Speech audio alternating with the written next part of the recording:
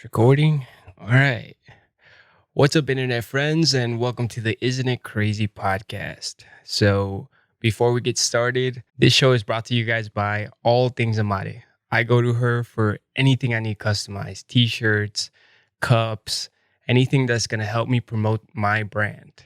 And maybe you don't have a brand, but you could always just get something personalized. Maybe you want your baby mama's name on your back of a t-shirt, or it's a special occasion and you want to give somebody a great present that says, "Hey, I was thinking about you and I took the time to customize this whiskey glass," or maybe it's a shadow box.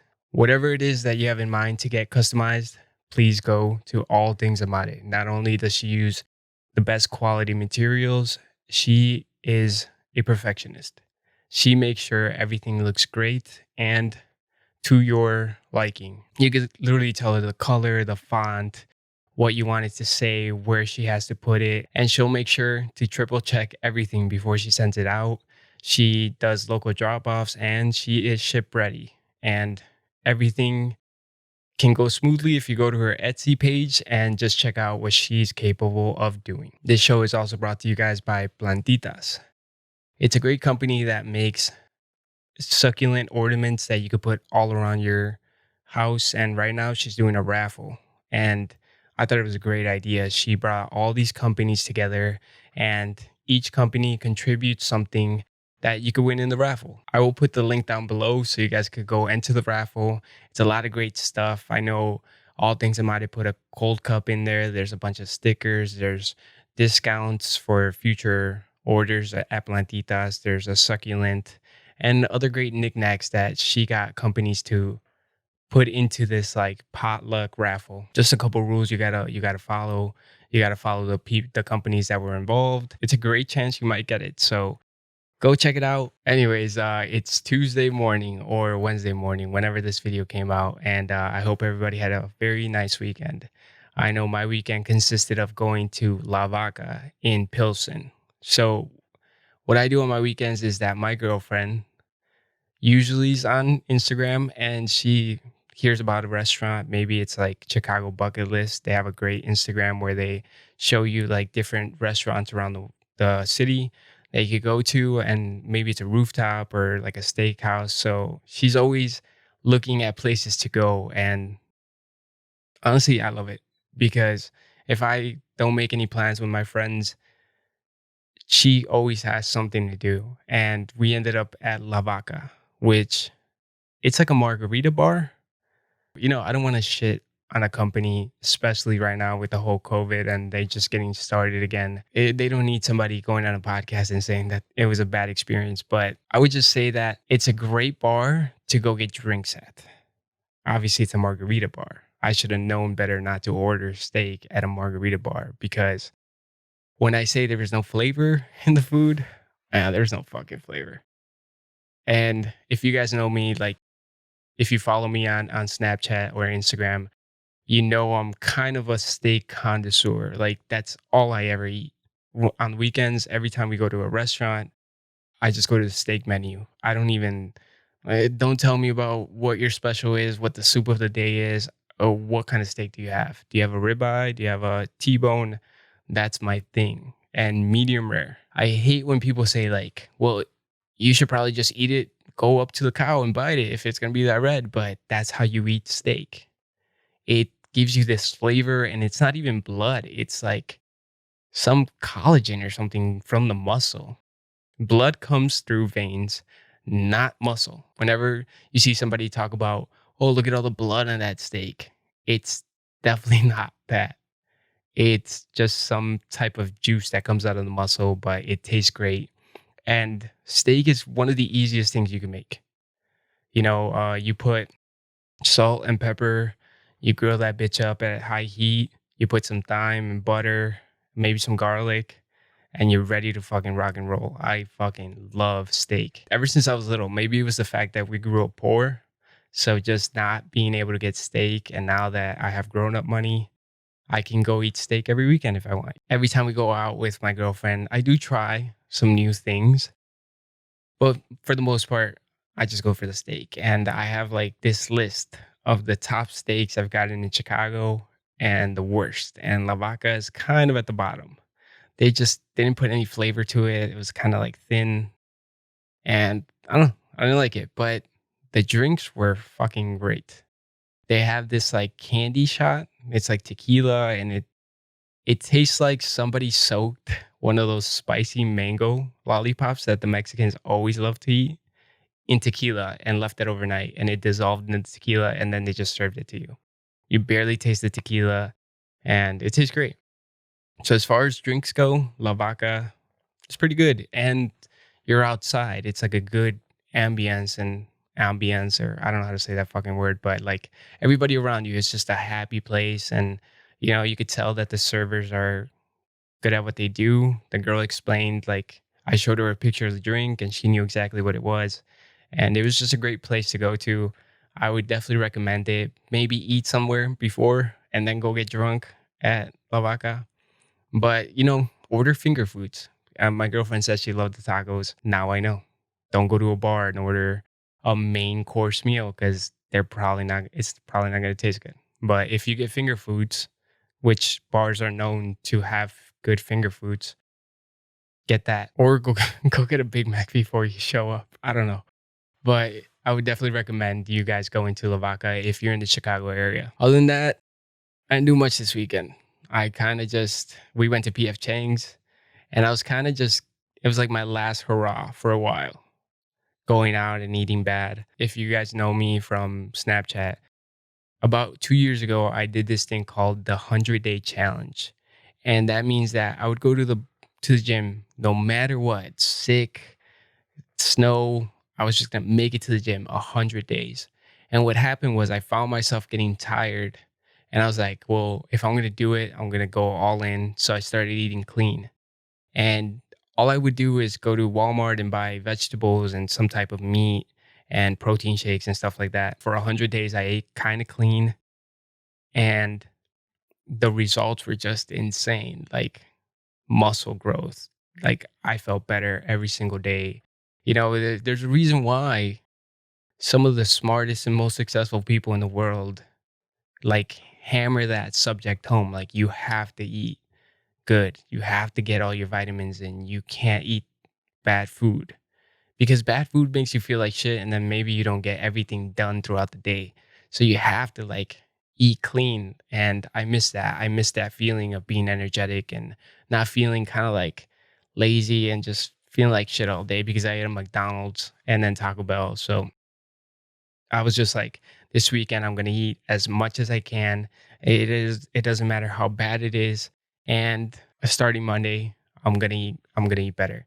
So tomorrow I'm gonna wake up and go to Mariano's and buy a bunch of healthy food and see how it goes. Hopefully I could keep up. Sometimes I wake up late and I just gotta go to work. I got like 10 minutes to get to work. So I stop by Dunkin' Donuts. I end up being late, but if I had to cook some chicken or something, I'd probably get fired because I was super late. Hopefully I could keep the schedule. It takes a lot of discipline, and we'll see. My goal right now is to, because I've always been curious about this. I tend to ask myself questions, and then once it becomes an idea, I can't get rid of it till I do it or see it through. And one of the things that I was thinking about the other day is, what if I tried my best every single day for a year? Who would I be at the end of the year? Whether that means physically, mentally, productivity, the podcast, just growing the brand, getting myself to the gym, making sure the people that I value around my life are know that I care about them. There's been times where I've lacked showing gratefulness and showing people like my family and maybe even my girlfriend that I love them. What if I tried for a whole year to make sure that all my ducks were in a row? Who would I be at the end of the year? And that really intrigues me. So for a whole year, I'm going to try just redline it every single day, no matter what. If I feel lazy, just get through it. Do what you need to do every single day and see who I am by the end of the by by July, by next year. I don't know. It seems like a very interesting project, and I give myself projects so I stay busy. And I don't know. We'll see how it goes, but I'll keep you guys updated. Obviously, one of my goals this year is to do a podcast every single week, no matter what, whether I'm sick or I'm tired or I've had a shitty week, maybe I can't get a guest in or I don't know what to talk about. I'm just going to sit down here, make sure I shoot a video and make sure I post a podcast every single week. And so far so good. Last year, there was times where I didn't post something and if I'm looking at my YouTube analytics and you can see like viewership went down and people lost interest. So if you're there every single week, you become part of people's routine. Every week you end up, they're like, oh, Rudy's show is going to be on Wednesday. So they show up, they watch it on Wednesday or whenever they watch it throughout the week. You become part of their routine. And that is my goal to put a podcast every week. So far, so and thank you guys for watching. If you've watched all of them, and maybe you haven't watched all of them, it's okay. As long as you're watching, I'm happy. But it's time to get serious. This subject, obviously, you guys clicked on the thumbnail, or maybe you came from Facebook or Snapchat and you saw the graphic that I posted up. Today, I want to talk about ICE and the way they're keeping children in cages. One, because I'm Latino. Two, because I would hate myself if I didn't talk about this. Given that some people do listen to me, it's sort of a platform, so I should talk about this. Three, because it hits home. I was one of those kids once upon a time. I had to cross the border when I was 5, and I wasn't put in a cage, and I wasn't taken away from my guardian, but it could have easily been me. I would have been fucked. They would have taken me away from my guardian and put me in a cage. And I feel grateful and lucky that it wasn't me. That I got to stay with my aunt. And yes, we got put into a cell, but it wasn't even a cell. It was like a holding trailer. And the immigration officer that was with us wasn't a dick. Maybe he thought I was hungry and he gave me crackers and a Capri Sun. And when I was done, I was hungry. So when I was done, I asked for more and he happily gave it to me. And we were released. Maybe it took a day and a half, but we were released and they took us back to Mexico. We did not have to spend 3, 4 months in a immigration facility, overpacked in small cages with the bare minimum of food and personal care. If you listen to what's happening to these kids in these like safe centers or whatever they fucking call it, you hear that the living conditions are poor. They're overpopulated. They're making kids take care of other kids because they don't have the amount of officers it takes to take care of all these kids individually. So they're just passing on that job to some random kid that's taking care of kids they don't even know. They're not getting any toothbrushes or good meals. And it honestly, it just breaks my fucking heart to hear the living conditions that these kids are there. And I feel lucky because it could have been me, but it can also be my cousins. I have family in Guatemala and they joke around sometimes. They're like, hey, you never know. One day we're going to cross. And I'm fearful that one day they're going to be telling the truth and they're going to come here. And I hope to God they get through and they don't get caught and they don't get put into cells and have to live like animals because that's how they're treating them. They're not treating them like humans. We live in a country where they pass laws that say we can't torture terrorists. They have better laws on how we could treat the actual bad guys, the guys who put bombs in planes and tear down the World Trade Center.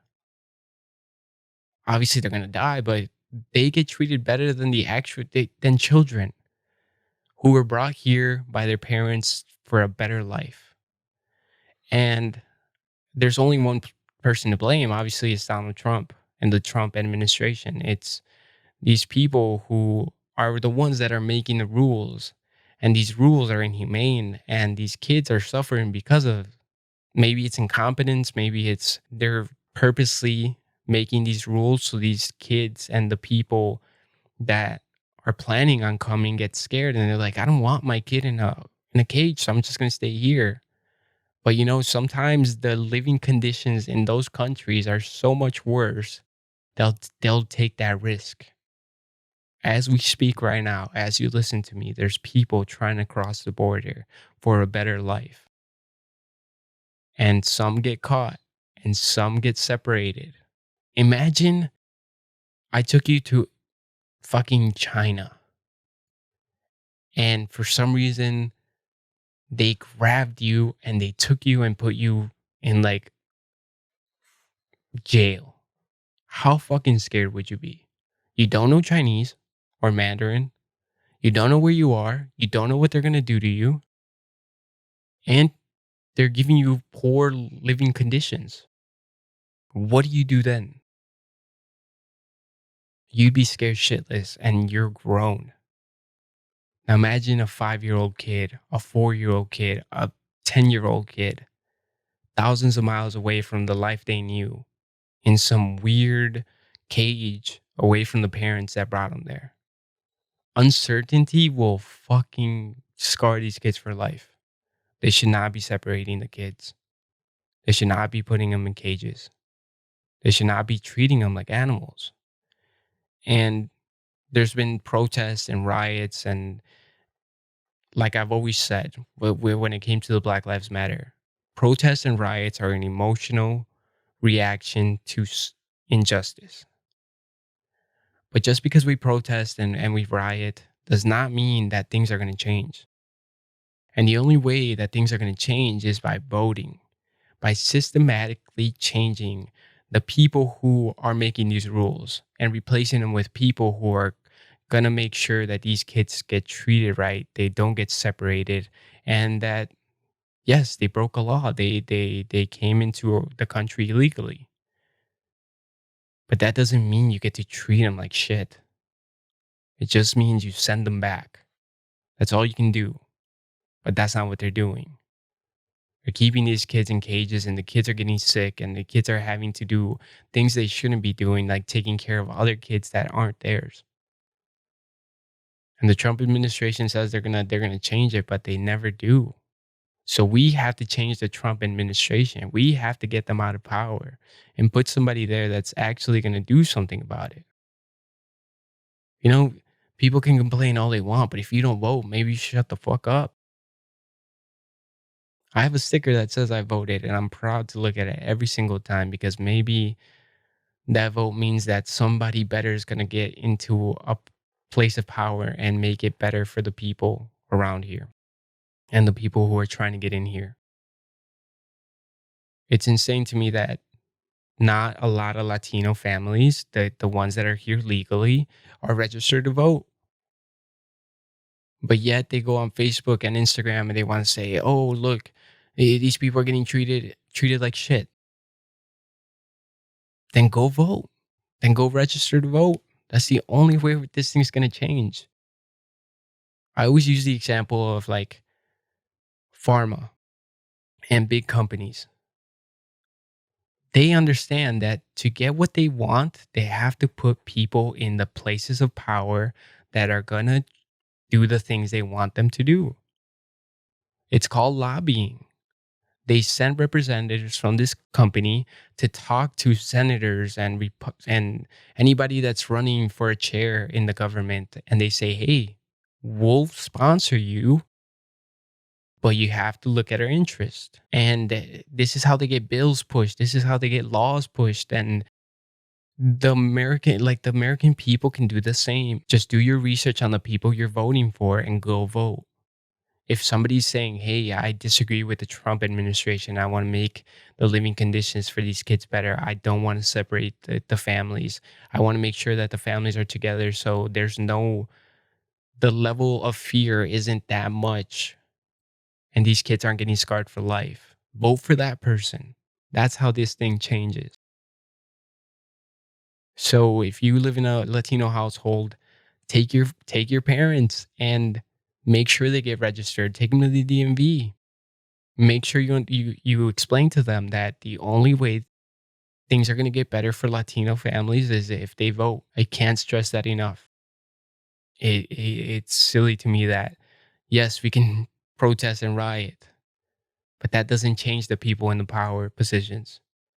That doesn't put they're not gonna be like, fuck, look, a million people showed up. I guess I'm gonna change the law. They're gonna argue that they were voted into that chair because there's more people that agree with their policies than the million people out there who are protesting. They're like, oh, there's a million out there. Well, 10 million voted for me. 1 to 10. I win. I'm not gonna change the way I am because a million people said that when I got 10 million people voting for me. We have to change the way we do things. We have to put people that want the betterment of this country in the seats of power. And I don't know why people, maybe it's just too lazy. Explain to your families, especially in the Latino household, that you can ask for the day off to go vote. It's like a law. Explain to them why it's necessary to do it. And if they can, they should do it. They must do it. Because until we do that, nothing's going to change. And these kids are going to get treated like animals every single day of their lives. So next time you see your little cousin or your brother or sister, it could be them. Everybody has somebody who lives in Mexico and South America. It could be them. And if you change things for the better and they come for some reason they need to come here and they get caught, they're not gonna get treated like animals. That's what I want. That's what I want to talk about. How to systematically change the way immigrants are getting treated in this country is to vote, to lobby, to call your senators and your congressmen and say, hey, the things that you guys are doing are wrong. And if you don't revert or like change it, we're going to put somebody there that's going to do it. And enough people call, maybe they get scared. And I say, fuck them. If they did it already, let's get them out. Why even give them the chance to clean it up? Put somebody there that's going to change everything. Because obviously the Trump administration is not doing anything. But that's how I feel about how these kids are getting treated. On other news, and to end this segment, I wanted to talk about a show that I just discovered this past weekend, and it's called The Business of Drugs and why it's so important to watch it. I know maybe you watched Vice, maybe you watched other like National Geographic. Those things are all great, and they all talk about drugs. I'm drawn out of curiosity to watch these shows. I love anything that has to do with drugs, how they make it, how they transport it, how they smuggle it, how they sell it, who they sell it to, and what are the consequences of doing these drugs. All these shows are great. This show differs. I know you're going to say, like, I've seen plenty of shows about drugs, but this show just shows you the business of the drug. It tells you how much it costs when they make it, how much it costs when it crosses a border, how much it costs when it crosses into another country, and why people are buying it. You know, they explain to you what happens when you take this drug. They have doctors, they have drug dealers, they have producers, they have smugglers, and you get a new perspective on how drugs are fucking transported all around the world. And the craziest part of this show to me is that marijuana is a scheduled 1 narcotic, meaning that it's up there with cocaine, heroin. Meth is less than marijuana.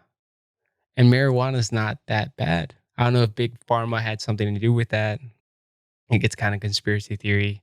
Big Pharma knew there was benefits to marijuana and they made it legal back in like the 1950s. But it's a great show. And I think I was telling my girlfriend that people should watch it with their kids because it's a great show to explain to kids that this is what drugs are and these are the consequences. You could end up doing this. And it explains why people are taking the drugs, what it makes them feel.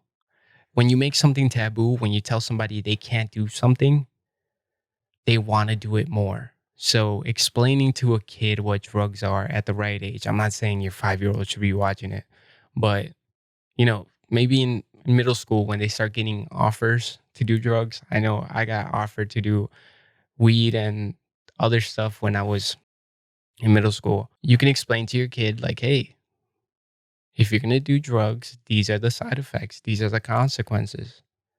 I was explained at a young age what drugs did. And to this day, I've never done cocaine because I got scared. One of my teachers told me a story about how this is like famous NBA star took cocaine at a party and then he died the next day. And every single time somebody has ever offered me cocaine, I've said no because I've thought about that story. And I'm like, I just don't want to die. And I think cocaine's pointless. It looks cool. I'm the biggest fan of cocaine when it comes to watching Narcos, Blow, Scarface. It's something about drugs and smuggling and the stories that come with the drug trade interests me. I don't know. I love these shows. I love rewatching them. I've watched Narcos twice and I've watched Scarface countless of times. If you haven't noticed, I've the world is your statue right here. And, from a young age, I've watched shows and movies about drugs. And it seems cool in the movies, but I think it's so stupid. Like whenever I ask somebody at a bar, like, why do you do cocaine? They say so they could drink more. So what happens is they get drunk, they do cocaine, and then they could drink more. But what's the point of getting drunk? Wasn't that the goal? You got drunk, go home. Or you're gonna waste like $60 to do a line and then get drunk more? Like you were just drunk. Why are you gonna ruin that? I don't know. It seems silly. And there's other benefits, I guess. I don't know. You get hyper, maybe get a personality, maybe talk. I don't need cocaine to talk. Some people need cocaine because it makes them talk more. I don't need cocaine. I don't need other drugs. Have I experimented with drugs? Yes. I did shrooms. I did ecstasy. I did just out of curiosity. I always said if you do it more than once, you're kind of an addict. It's okay to do it once. Do shrooms. Go figure out what happens. Do some LSD. But if you do it more than once, you're kind of fucked. And I mean, obviously, I've smoked weed. That's not weed to me is just like, I don't know. It's fun from time to time. I'm not like looking for weed, but if you offer it, I'll smoke it. But other than that, it was a great show. I highly recommend it. It's on Netflix. And the girl who talks about all these drugs, she's obviously really smart and she travels and she sits there with drug dealers and asks them like really hard questions like, do you know what's happening when you sell this drug? People are dying. There's a pandemic where heroin and fentanyl is pretty much just fucking it's it's close to a genocide. People are getting fucking murdered, like they're dying at high rates because of fentanyl and stuff like that. I honestly, after watching this, I think they should just make all drugs legal. It takes away a lot of the crime, but there's reasons why people don't want that. People are raised that to know that drugs are bad, and when they say like drugs are okay, there's a lot of pushback. But go watch it. I try not to spoil a lot of it.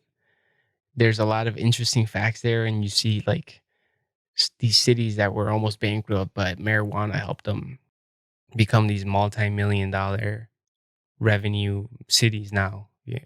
And you learn about how drugs are made, how they're transported, and who buys them and why they buy them and how it makes them feel. It's a great show. It's well put together. It's on Netflix.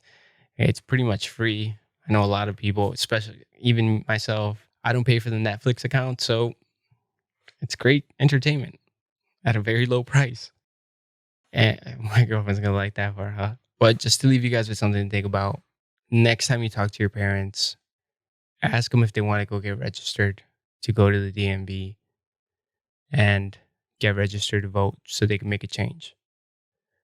Watch The Business of Drugs with your kids at the right age to explain to them why you shouldn't do drugs and show them actual consequences of what happens.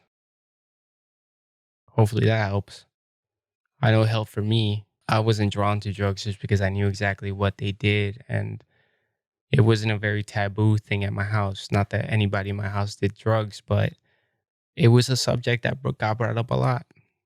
And it helped us understand that drugs have severe consequences, and it kind of made us fearful about it. But yeah, I'm running out of things to say. I should probably do some coke, right? That apparently that helps you talk. I'm kidding. But if you're here, if you made it this far into the video, thank you guys for watching. Remember to like and subscribe. I am trying to get to 100 subscribers, so I don't have to use those weird YouTube URLs. I could just make my own. And yeah, thank you guys for watching, and I'll see you guys in the next episode.